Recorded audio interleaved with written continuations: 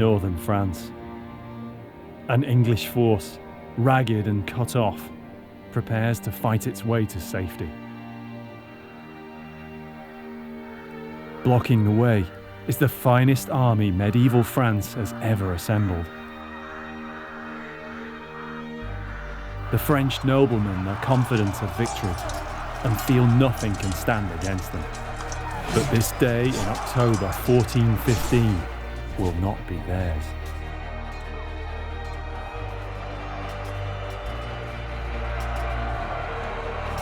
Six centuries later, experts are now examining what we really know about one of the most famous events of the Middle Ages, the Battle of Agincourt. Agincourt is about bravery, but it's also about glory. Somewhere around here, there are thousands of the dead from the Battle of Agincourt. And find out how the day became the most terrible disaster the French nobility had ever known. They have no idea that they're actually fighting for their lives. The medieval world, the 5th to the 15th century. A team of archaeologists investigates medieval life by exploring the world of the medieval dead. We have a classic view of the storybook medieval life. We don't hear the stories about the common man trying to keep his family alive. In our stores there are hundreds, if not thousands, of skeletons. Archaeologically speaking, we can now focus in on the medieval dead people.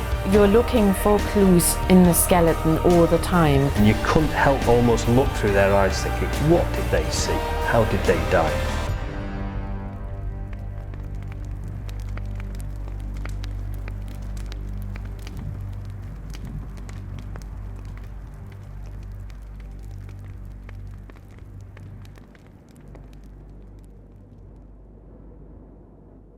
This unlucky battle was fought between the villages of Azincourt and Russeauville in the year of our Lord 1415, on the day of St. Crispin and Crispinian. The battle on October the 25th, 1415, is perhaps the best known in English history. Agincourt, or Azincourt, was Henry V's great victory. It cemented the young king's reign and turned the tide of English fortunes in the 100 Years' War against France. The story of Agincourt comes to us from several contemporary sources. Henry V had invaded France to recapture lands he believed were rightfully English. His army besieged the port of Harfleur, but many of his men were struck down by dysentery.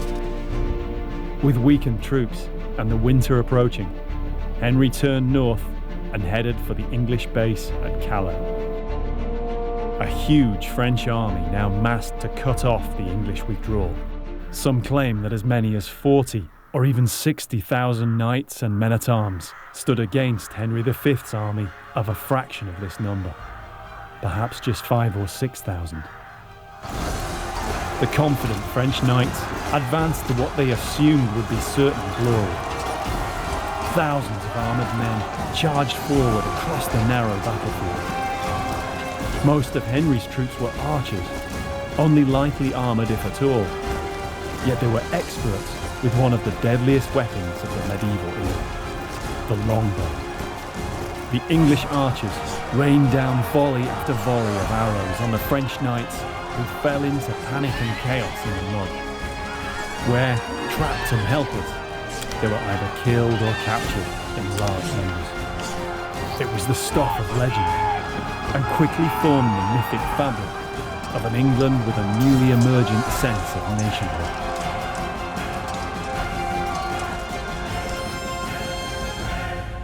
The Battle of Agincourt sums up what people perceive of the medieval period in terms of battles. It was supposed to be the classic one where the outnumbered few managed to win, and therefore it's reached mythical proportions in terms of, anything is possible. It was Henry V's victory, somehow winning through against all the odds. I think Agincourt is possibly, in most people's minds, the most famous medieval battle, especially in England, because it's reached mythical status thanks to William Shakespeare. It's the archetypal, stereotypical battle. So there is the underdog, the English, that managed to win. And of course the nasty French are seen off the battlefield. And of course it suits the English frame of mind. This is, anything is possible, and this is what happened in Agincourt in 1415. This is broadly the way Agincourt was viewed for many years, for centuries even. It wasn't until relatively recently that historians began looking into the real story. Professor Anne Curry is the world's leading expert on the documented sources relating to Agincourt. Her starting point was the size of the two armies present at the battle. The assumed view often taken is that the French had a huge army of tens of thousands of men, outnumbering the tiny English army. But few, if any, researchers had gone back to the existing records to verify this. Many of Henry V's army, famously, were archers, and began by looking for records of these men. The received wisdom was that we didn't know the names of the archers who were at the Battle of Agincourt. It was thought we knew the names of the men-at-arms because of what's known as the Agincourt Roll, which is an early 17th century transcript. I made it my mission to go to the National Archives to look at all of the original source materials. This was a paid army, so we had a lot of pay records in the Exchequer files, and made it my mission really to find out the names of the people on the campaign. The files revealed just how many men Henry V assembled for the campaign in France. England didn't have a standing army at this point. However, it had enough military activity to make it possible to be a professional soldier. For the Agincourt campaign, the army that set out to go there, we know the names of at least 7,500 people of what was probably an army over 11,000, perhaps nearly 12,000. Finding out exactly how many men were at the battle on the 25th of October 1415 is more difficult. Yet from Anne's work, it can be estimated that Henry's army possibly numbered around 8,000 or 9,000, more than the smaller force of perhaps 5,000 or 6,000 suggested in the past. Also, it seems the French army was not quite as large as many have suggested.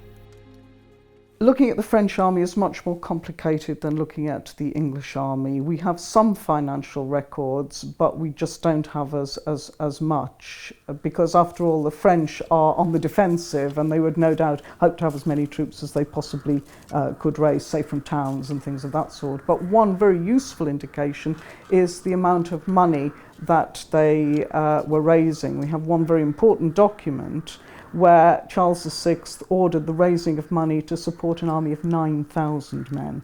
That was going to be made up of 6,000 men-at-arms and 3,000 gens de trait. That could include longbowmen and crossbowmen. You see immediately the reversal, if you like, of the English ratio. We've got 2 men-at-arms to every 1 archer, effectively, in the French army. So I believe that the idea was to have a 9,000 strong army. It would have added to that, so maybe we could get it up to about 12,000, but it's really hard to see how it could have been larger than that. These ideas of 40,000, 60,000 just are not credible in the light of French army sizes in this period. But it would have been men-at-arms heavy, and it would have been aristocratic.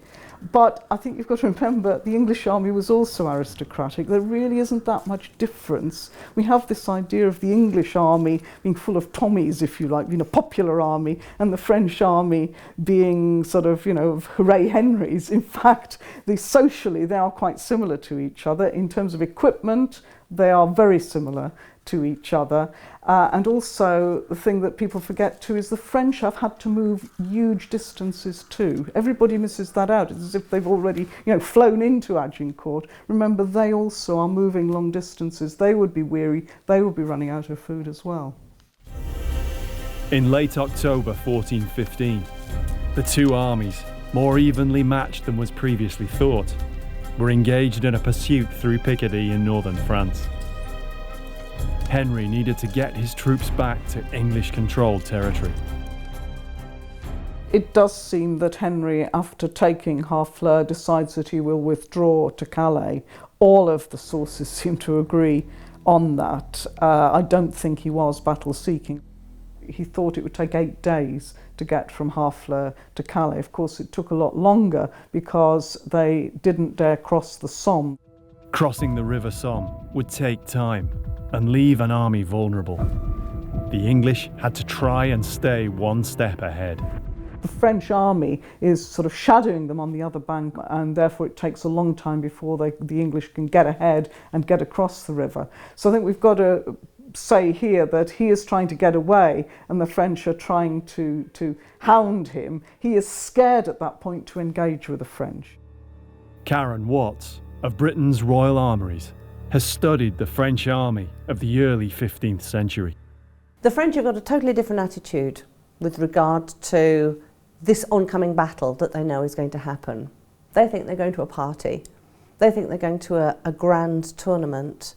There has actually been a tournament only 15 years earlier, a few miles away, called the Tournament of Saint-Inglevert, in which the English and the French, during a truce in the 100 Years' War, jousted together. And in fact, the French commander of Agincourt was one of the great tournament leaders of this tournament of Saint-Inglevert 15 years earlier. So the French think they've come to a wonderful tournament, dressed in their best armour, the latest gear. For many of the French nobility, it was the opportunity of a lifetime. They streamed toward Agincourt from all over northern France, eager not to miss out on catching the fleeing English. The composition of the French army was different to the English. The French anticipated that the battle would be fought on foot between the men-at-arms on both sides, and they reckoned they had the advantage in having larger numbers of men-at-arms. The French, though, do have a plan to send a group of cavalry against the archers, to override the archers. They're trying to eliminate Henry's advantage, which is that he could loose arrows against the advancing French and try to damage as many of them before they engage, to knock them out before they can get to the English lines. It seems that the French did not have as large a cavalry group against the archers as they'd intended, because the knights and gentry wanted to be in the melee. They didn't see any glory in riding down archers. They're expecting a glorious amount of hand-to-hand combat with the opposing English army, and above all hoping to have hand-to-hand combat with the English nobility and above all the English king. But this was unlike any tournament the French noblemen had experienced. In less than an hour or two, the flower of French chivalry is decimated.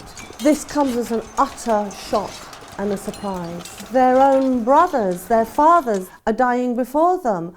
Earls, dukes, counts are all falling. And at this point, they're still trying to pretend that they are noble and chivalrous. And you find a number of the high nobility offering their gauntlets as surrender because they're expecting to be captured. If they surrender, they'll be captured, they'll be ransomed, they'll be all right. They're in no great danger. They're not going to actually die, not if they give themselves up. These French knights have completely misjudged and misunderstood the battle in which they find themselves. They have no idea that they're actually fighting for their lives. With a high proportion of nobles fighting in the front lines of both armies, many of the French killed were aristocrats. This was unusual for a medieval battle. Most of the dying was usually done by common soldiers. This has a massive consequence for immediate French history because there are no heirs, and France becomes massively weakened and decimated and unable to provide male heirs for, I would say, 50 to almost 100. It has an effect to almost a century later, this one battle.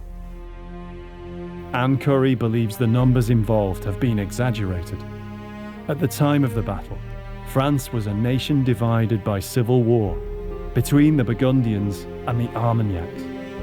Contemporary accounts from both sides vary in their estimates of the numbers killed, probably for political reasons. Agincourt was a disaster for one party of the French. There were quite a number of Burgundian deaths.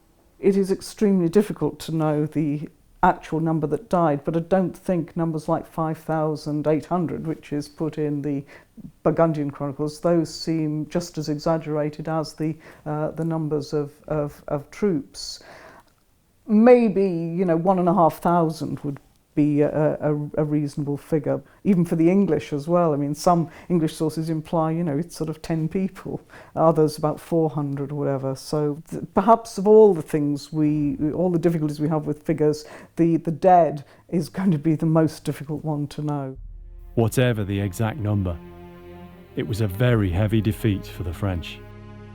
King Henry himself claimed God must have been with the English that day to punish the French. Churches and cathedrals across England bear tomb effigies and memorials to the veterans of Agincourt. In France, there are relatively few. On the field itself, there are no memorials dating back to the time of the battle. To this day, no one knows exactly where in these fields the last resting place is of the many Frenchmen who died here. It's this very absence of graves that drew Tim Sutherland's attention. He's an archaeologist and battlefield specialist. He's best known for his work at another medieval battlefield, Towton in Yorkshire, northern England. Agincourt is a much more widely known and written about battle than Towton, so when he became involved here, Tim expected his research to be relatively straightforward. We're going into an environment where we think we know everything. It's a classic story, Shakespeare's covered it, every historian of name who deals with military history has covered Agincourt. And so we went in there thinking it was going to be a piece of cake. He had no idea that he'd embarked on an investigation that would last for more than a decade. At Towton, Tim oversaw the excavation of a mass grave following its accidental discovery. He knew such grave pits also had to exist here at Agincourt, but before he could excavate them, he had to try to find them. In 2002, he and metal detector expert Simon Richardson carried out a major survey of the supposed battle area. They found and plotted a range of finds, but found almost nothing medieval, nor anything relating to 1415. Tim was frustrated, but he was hooked. In 2007, he and Simon returned. This time, the idea was to target the area around a calvary, or calvaire, near the centre of the battlefield. From his research, Tim found that the 19th century monument commemorated a local family, but also that it happened to be on the site where many of the French dead from 1415 were traditionally thought to have been buried. When we first came here, we did some primary metal detecting surveys across the whole length of the battlefield, but also we targeted the area around the calvaire where we are now standing, primarily because we weren't initially allowed to do any archaeological work inside the area of the enclosure at all. As part of the archaeological survey, the geophysical survey, we started to find lumps and bumps, geophysical anomalies, but just outside the calvary here, there was a very large metal anomaly buried quite deeply below the surface of the soil.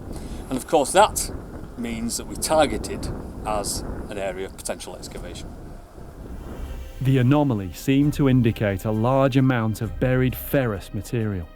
Tim had only found small artefacts and no armour at Towton, though he was fully aware of the mass graves at Visby in Gotland, where many men had been buried still wearing their armour. It was rare to find armour, but could it happen again here at Agincourt? Accounts suggest Henry V had some of the armour from the defeated French buried or burned to save it from the enemy. The problem was that we didn't know what this metal anomaly was. It was a huge ferrous blob on an archaeological geophysical survey, and it had to be investigated because we knew it was very deeply buried. And of course there are all sorts of rumours about Henry V burying pits full of arms and armour that he'd collected from the French. So in the back of your mind you think, is this possibly it? It's a huge hole and it contains a large amount of ferrous or iron material. So of course we had to go and target it and excavate it. We finally excavated a large hole, deeper. It got down to about 3 feet deep, and then we were metal detecting as we went, and then just beyond the depth of a spade, this ferrous metal anomaly turned up on the metal detector. We thought, this is it. Whatever it is, it could be an unexploded bomb, it could be a buried tractor, it could be absolutely anything. And then we slowly uncovered it, and it was a pipe from a drilling rig that was fractured off and was deeply buried right in the ground underneath our feet. And it didn't make any sense at all. A steel pipe, maybe extending down for hundreds of feet, had created a huge ferrous signature. One, we were very deflated, and two, we didn't know what it was. And then of course we talked to the landowners, and then one of them came over and said, I remember that in the 1960s they were drilling here for oil, and nobody told us, and everybody had forgotten. And so that answered one of the questions about what the geophysical survey anomaly was. Then somehow, out of the disappointment, came opportunity. Now that had a knock-on effect because everybody felt so sorry for us that finally the landowner allowed us to do some archaeological excavation inside the Calvary enclosure itself. It was too good a chance to miss, and normally wouldn't have been possible. Tim knew that this site was chosen for the Calvaire because it had previously been the site of a chapel, which might have been built in commemoration of the 1415 graves. It was destroyed during the French Revolution, but Tim wondered if traces of it might still exist and possibly provide clues to the lost graves. In the height of summer, this is almost impenetrable. So the first thing we had to do is clear the whole enclosure. So we trimmed it all out and cut it all back. And then we started to do a geophysical survey. Straight away they found evidence of war, but not of the kind they were expecting. Just below the surface, or sometimes lying on the surface, there was a series of metal artefacts, and some of them were First World War bullets, and some of them were Second World War bullets, and there were badges and coins and all sorts of things. And basically people have been using this enclosure for whatever reason over the last 50 or 100 years through both the First and Second World Wars. So of course people have been coming to this enclosure and also visiting it because it's an archaeological site of interest, and it all focuses on this cross here. Investigating this area, trying to understand it, is very important in terms of how it fits into the landscape of the battle. The Calvaire had seen a lot of history, but so far none of it seemed to relate to 1415. Undaunted, they recorded the surface finds and began to dig. We started off by putting a large trench across the entranceway because when we first walked in here there were some stones evident and protruding above the ground. And in that trench we found a series of stones and bricks with some lead casting in it, which obviously held the railings. And so it looked like it was an entranceway to something that had a metal gate in it. Subsequently we found a postcard that actually still shows a photograph of the gate in situ, which was nice. We tried to date it, and unfortunately it was built of the same bricks that the chapel would have been built of in the 18th century, and so we couldn't really date it. So finding that photograph was quite nice in that it looked more of a 19th century gateway, and therefore they just used old build materials that were probably lying around the site. Encouraged by the 18th century remains, they kept digging, expecting at any moment to find the medieval graves. But again, it wasn't so simple. Every place we put a test bit within the enclosure here, we came down onto almost pure soil. And there was nothing in it, a few fragments of brick, and very little else. There's certainly no archaeological evidence of human remains or large pits that ever contained human remains within this enclosure. Now that's very strange, because everybody thought it did. And so, we have this anomaly. Where are the French dead from Agincourt? Tim had to search for other evidence, other clues in the history of this area that might open up a new line of inquiry. It's then that he found that someone else had been there before him. All this time, he'd been walking in the footsteps of another archaeologist, and possibly the first ever battlefield archaeologist. In 1818, Lieutenant Colonel John Woodford was a British officer serving with the Army of Occupation, following the defeat of Napoleon at Waterloo. With a lifelong interest in history, Woodford took the opportunity when stationed nearby to carry out his own investigations on the site of this famous battlefield. The only person we know who's archaeologically excavated in this area is John George Woodford, and that was in 1818, and he came along after the Battle of Waterloo with a troop of men, about 60 apparently, and he carried out some archaeological excavations, and he found mass graves, and in the mass graves there were gold coins, there were arrowheads, fragments of iron that he described and drew, and obviously related to the Battle of Agincourt, and these were the dead from the Battle of Agincourt. Now, of course, what the problem is now is we don't know where he excavated. The excavation site has long since been lost. After all, hardly any record existed that it had ever taken place. The artefacts that Woodford found have, it seems, also been lost. In England, Tim follows the trail to find out more. No one before him has tried to put all these pieces together. At Warwickshire's County Archive, he's found some vital clues. He's been drawn here by a series of letters in a collection that belonged to the Newdigate family. Somehow this included a series of letters that Woodford wrote during his excavations at Agincourt. The Newdigate collection, from which this comes from, is one of our biggest collections. Oh, right. The Newdigates would have known, a lot of families. They were quite an important family, and clearly, I think they were a family that were very interested in history and culture and art, right, which yes, may have explained their interest in this material. They probably would have been interested to see the letters relating to Agincourt. Yes, certainly. So obviously, yes, these before and after the time he's at Agincourt. He was quite prolific in writing to his brother, and yes, so they were very close. Yeah. So of course, obviously, he's conveying the excitement of the finds. Absolutely. To his brother, and he calls him my dear A, which is right, like he was Alexander, and so he was saying, what he's been finding, etc., etc. So there's his name, yes, John George Woodford. Yeah, to A, my dearest A. Yeah. Yeah. June the 19th. Yeah. So he's writing to his brother the day after the battle. 400 years after Agincourt, in 1815, Lieutenant Colonel Woodford and his brother Major Alexander Woodford survived the greatest battle of their own times, Waterloo. If you survived the Battle of Waterloo, yes, one of the first things you do is you write home and tell your parents and your brother and everybody else that you are okay.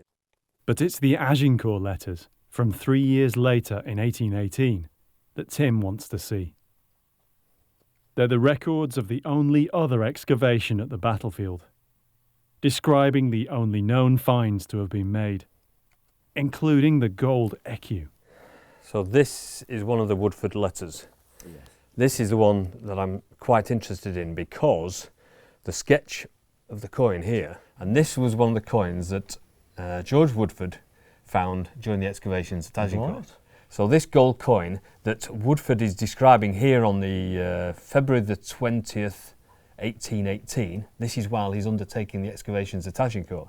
And he's writing to his brother, and he's done quite a nice little very sketch. Very detailed sketch, actually, yeah. And then this coin went on to have its own life and disappear into an archive of another stately home. Now, as far as I know, these two drawings are the only record of what Woodford found during his excavations. It's a primary document. It's an archaeological document as well now, because these sketches, that tells you exactly the size and shape. Yeah.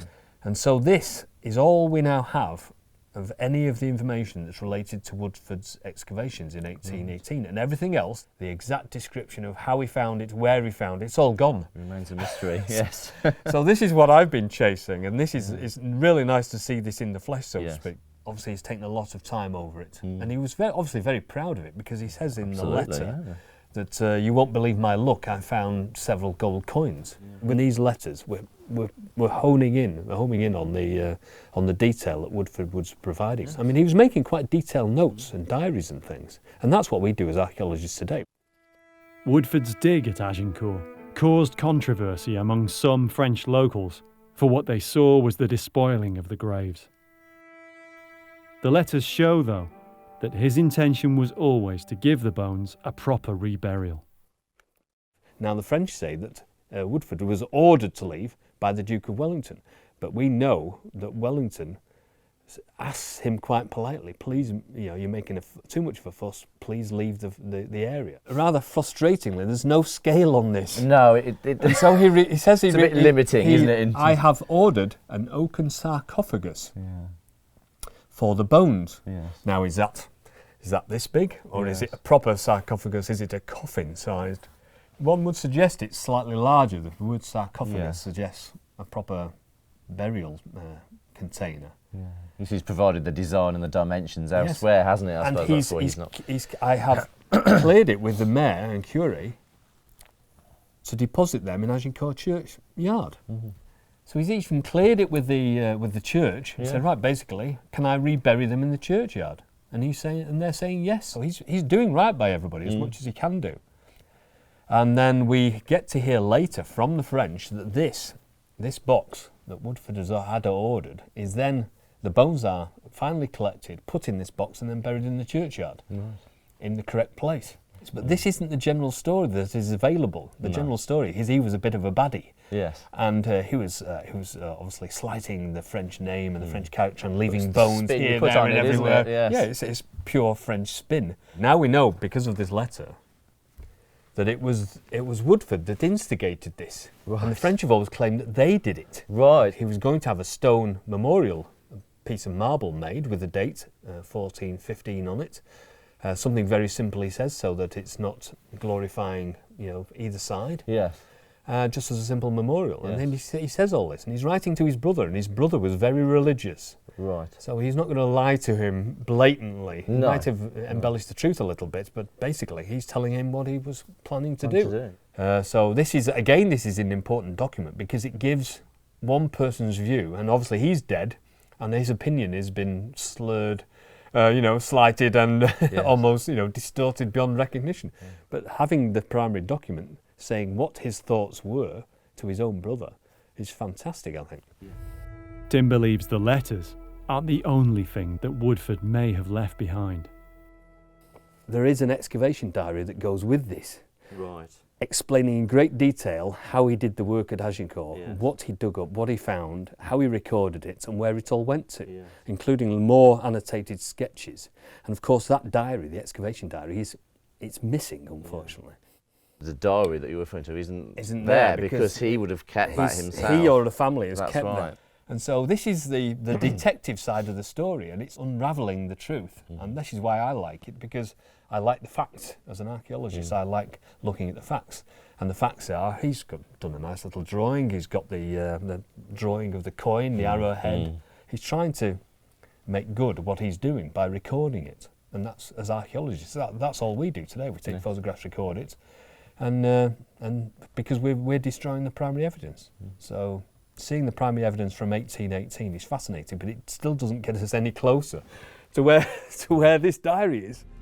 Tim then finds a clue as to what could have happened to the missing diary, relating to when the items from the collection were placed in storage in London.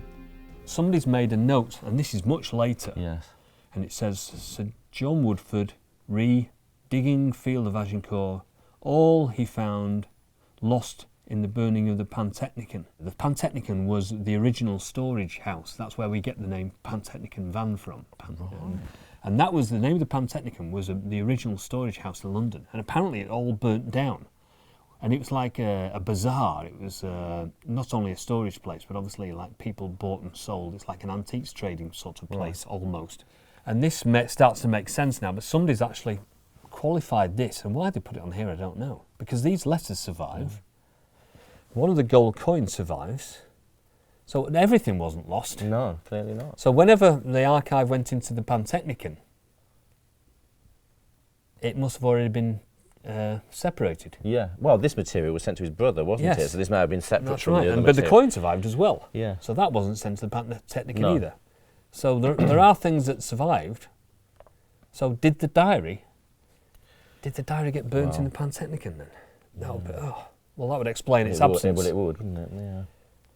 And so it might not exist anymore, along with many of the other artefacts. So maybe that's a simple explanation about where everything's gone to, including the reference to the gold rings. Yes. That would be terrible. So maybe it's gone forever. Woodford's diary may be missing, but he did also produce a sketch map of the battlefield. It's very accurate to the roads and terrain, displaying all his skill as a former staff officer to the Duke of Wellington. Woodford plotted the French and English armies, but where did he find his information on their dispositions? It prompts Tim to check out all the known references that Woodford could have used. Anne Curry may be able to help clear up some of the confusion surrounding what we know or think we know about Agincourt. The earliest map Tim can find that shows Agincourt battlefield is the Cassini map from the 18th century, almost 400 years after the battle. Right from the start, there are problems with this. What we need to look at are the original sources of the map, the cartographic evidence, because of course we've got 400 years where there are no maps whatsoever. In which case, if we look at the first map, and obviously that's the Cassini map from the mid-18th century, the only representation of the battle on that is as one of the sword symbols. The Cassini map only refers to the approximate location of the battlefield. Through her research, Anne could find no diagram or plan of the actual engagement itself until well into the 19th century. Well, this, I believe, is the first printed attempt to plan the battle, and this was in Harris Nicholas's History of the Battle of Agincourt, the second edition of 1832. It's a bit problematic because it seems to be the wrong way round. It seems to put Agincourt on the right-hand side. The battle is shown on the west of the village of Agincourt. So is this wrong? Well, nobody else has ever followed it up, have No, it does. Well, although there are elements of this in other maps. All the later maps from the mid-19th century almost to the present day seem to have used this as their inspiration, before adding their own individual details. A lot of these are artistic representations of what people are thinking about at the time. There are very few maps that show it like that. I mean, the tradition as it developed in the 19th century shows it in the traditional positions with the woods, Agincourt to the west, Tramcourt to the east. If all the later maps follow Harris Nichols' 1832 map, then where did Harris Nichols get his information? Only one detailed battle map is known to have existed before 1832. Well, this is the earliest map that we know of, and it's also one of the most accurate. And this is the one that was drawn by Woodford in 1818. Woodford has superimposed his interpretation of the battle on this map. And of course, what we have is now the standard format of what we would recognise as the Battle of Agincourt. We don't know whether that influenced, say, Nicholas's diagram in 1832. The only problem from the study of Agincourt point of view is that all of the things Woodford has marked on here are in his own mind. They're no more reliable than the Chronicle texts. Exactly. Woodford probably based his own interpretation on the texts that were available to him at the time in the early 19th century. Many of the chronicles that are now standard references for Agincourt weren't translated until Anne's work in the 1990s.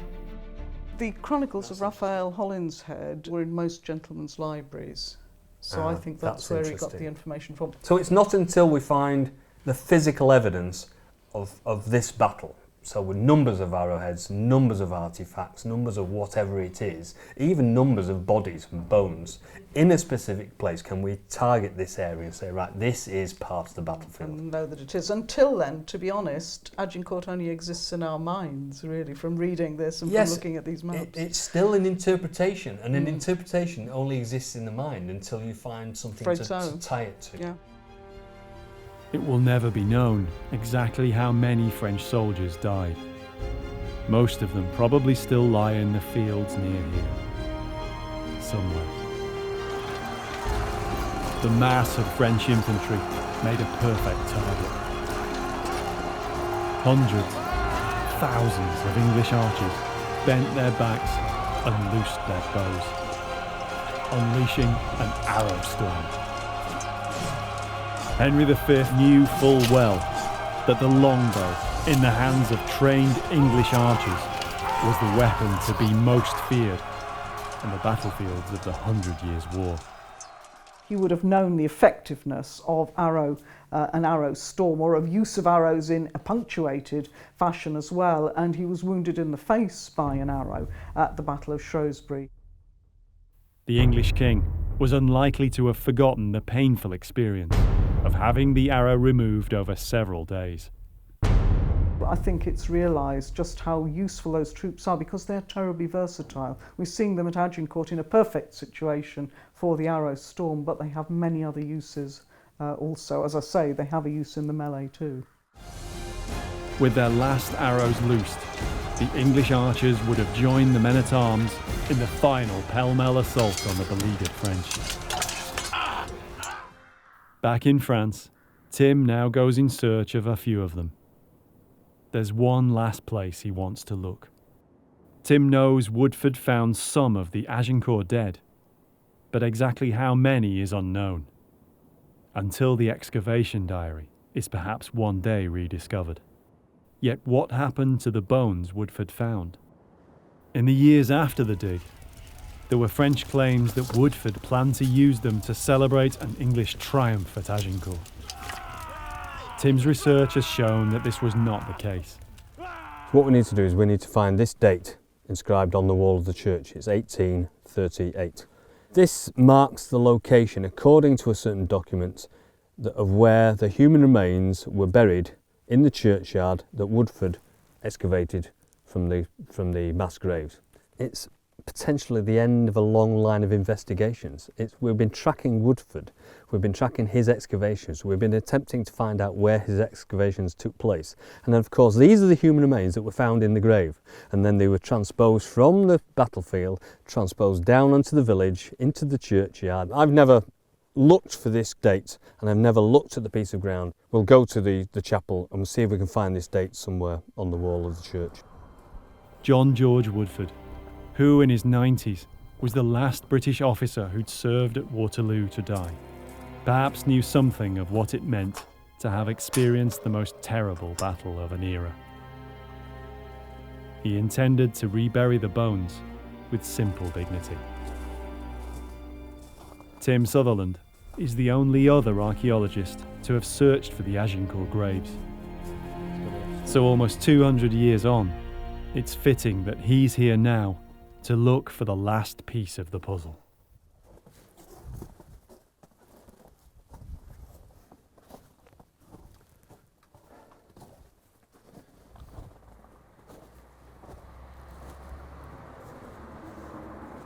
It's closely associated with a window, so it should be easy enough to find, but it's not there. It's not on that one.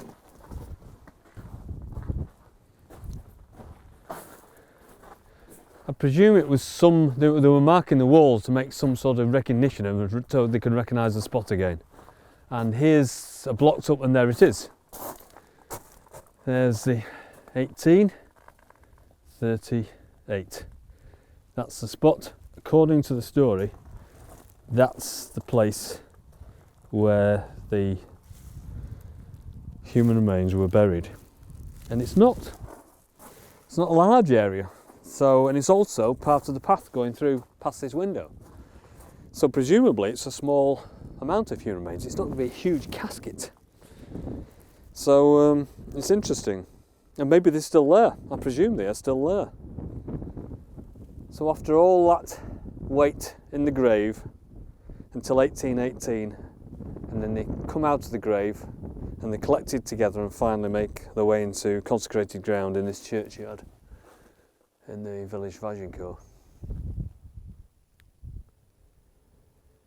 And they never quite made it into the specially built memorial chapel to the battle. It's quite sad in a way. But at least we found it. I think that's important.